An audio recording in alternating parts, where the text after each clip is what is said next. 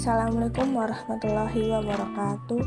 Kami dari kelompok 10 yang beranggotakan 3 orang, yaitu Novita Dwi Saputri, Sarah Puspitasari, dan saya sendiri Apriliana. Kami dari Sekolah Tinggi Ilmu Ekonomi Muhammadiyah Cilacap yang akan mempresentasikan sampling audit untuk pengujian rinci saldo dari mata kuliah pemeriksaan akuntansi 1 yang diampu oleh Ibu Kristanti Rahman. Sebelumnya, kami berterima kasih kepada Ibu dosen selaku pengampu mata kuliah pemeriksaan akuntansi 1 yang sudah memberikan tugas kepada kami kelompok 10, dan kami juga berterima kasih kepada teman-teman semua yang sudah menyaksikan video kami serta memberikan saya waktu untuk mempresentasikan tugas ini. Mari kita simak materi berikut. Perbandingan antara sampling audit untuk pengujian rincian saldo dengan sampling audit untuk pengujian pengendalian dan pengujian substantif transaksi. Perbedaan pokok antara pengujian pengendalian, pengujian substantif transaksi, dan pengujian rinci saldo terletak pada apa yang ingin diukur auditor. Pada jenis pengujian, ada 3 jenis, yaitu pengujian pengendalian, pengujian substantif transaksi, dan terakhir pengujian perincian saldo. Dan apa yang diukur? Efektivitas operasi pengendalian internal, efektivitas pengendalian internal, kebenaran rupiah transaksi dalam sistem akuntansi, apakah jumlah rupiah saldo akun mengandung kesalahan penyajian secara material.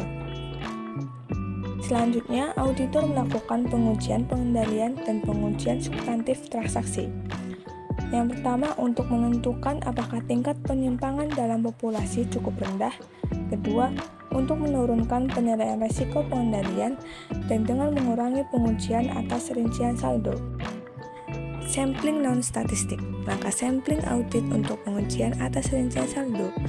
Merencanakan sampel. Yang pertama, menyatakan tujuan pengujian audit. Kedua, memutuskan apakah sampling audit dapat diterapkan. Ketiga, merumuskan kesalahan penyajian.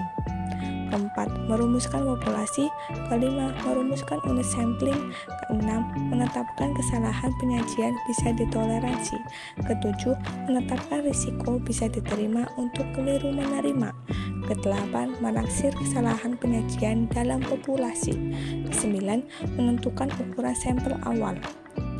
Selanjutnya, memilih sampel dan melaksanakan prosedur audit.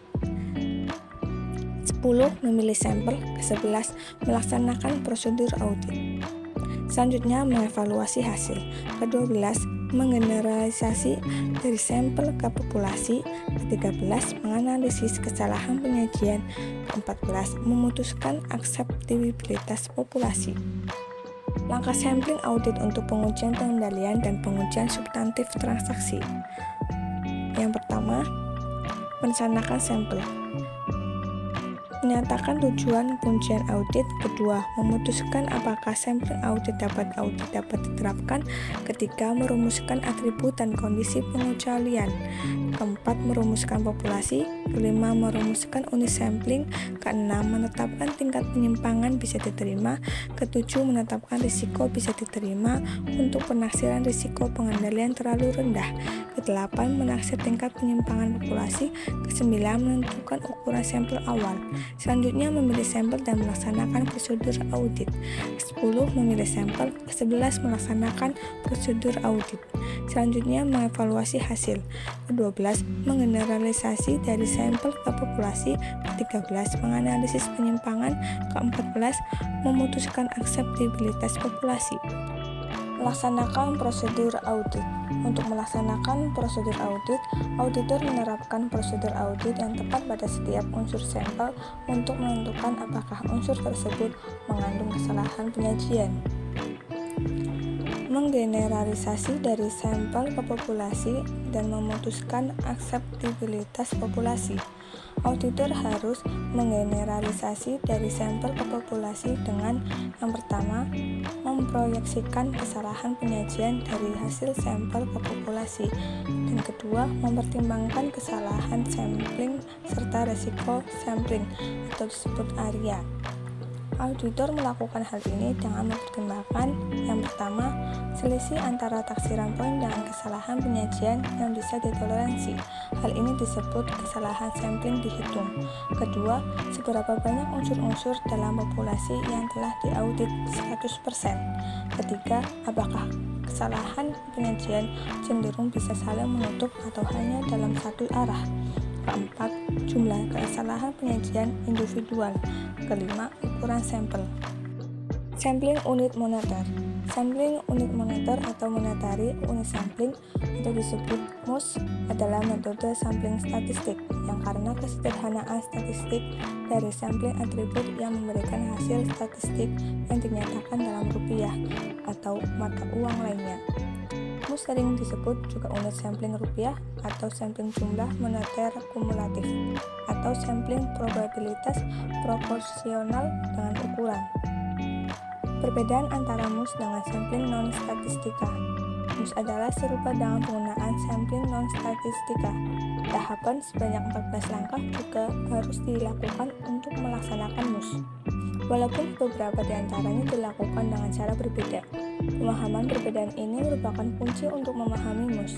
Di bawah ini akan dijelaskan perbedaan tersebut secara rinci. Definisi unit sampling adalah rupiah individual. MUS memiliki fitur yang penting seperti definisi unit sampling sebagai suatu dolar individual dalam saldo akun. Ukuran populasi adalah rupiah populasi menurut pembukuan.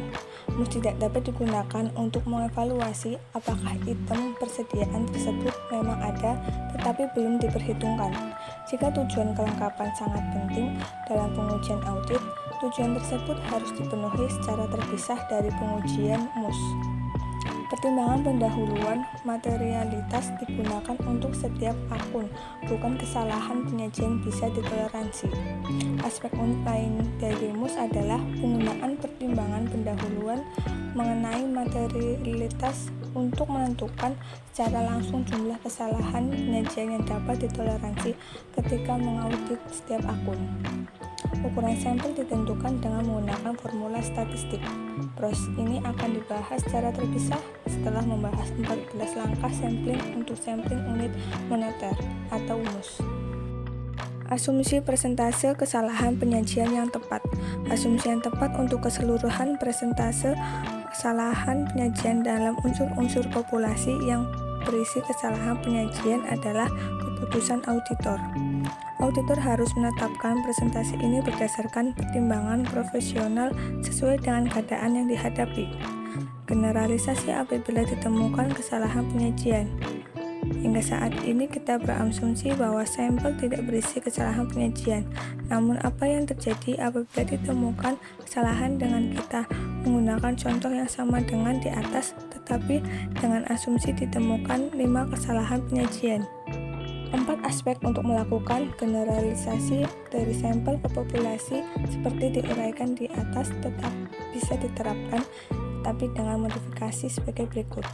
Pertama, jumlah kesalahan penyajian mula-mula dipisahkan dan kemudian digabungkan. Kedua, dibuat asumsi kesalahan penyajian yang berbeda untuk setiap kesalahan penyajian, termasuk 0 kesalahan penyajian. Ketiga, auditor harus menggunakan tabel sampling atribut untuk membuat lapisan tingkat batas atas penyimpangan terhitung atau QUAR. 4. Asumsi kesalahan penyajian harus dikaitkan dengan setiap lapisan atau layer. Menentukan ukuran sampel dengan menggunakan MUS. Yang pertama, materialitas. Kedua, asumsi tentang persentase rata-rata kesalahan penyajian untuk unsur populasi yang berisi kesalahan penyajian. Ketiga, risiko bisa diterima untuk keliru menerima. Keempat, nilai populasi per pembukuan. Kelima, estimasi tingkat penyimpangan populasi. Dan keenam, hubungan antara model risiko audit dengan ukuran sampel untuk MUS. Sampling variabel.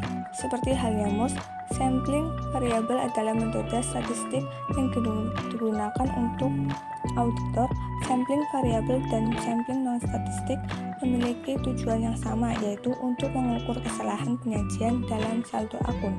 Perbedaan antara variabel sampling dengan sampling non-statistik. Penggunaan metode sampling variabel memiliki banyak kesamaan dengan sampling non-statistik. 14 tahapan yang kita bahas untuk sampling non-statistik semua harus dilakukan untuk metode variabel dan kebanyakan identik. Distribusi sampling. Untuk memahami mengapa bagaimana auditor menggunakan sampling variabel dalam auditing, perlu dipahami terlebih dahulu distribusi sampling dan bagaimana pengaruhnya terhadap kesimpulan statistika yang dilakukan auditor. Sebelum mengakhiri presentasi, izinkan kami mengucapkan satu pantun yang indah. Siang-siang pergi ke kota, jangan lupa beli alpukat. Demikian presentasi kita, semoga bermanfaat. Terima kasih. Assalamualaikum warahmatullahi wabarakatuh.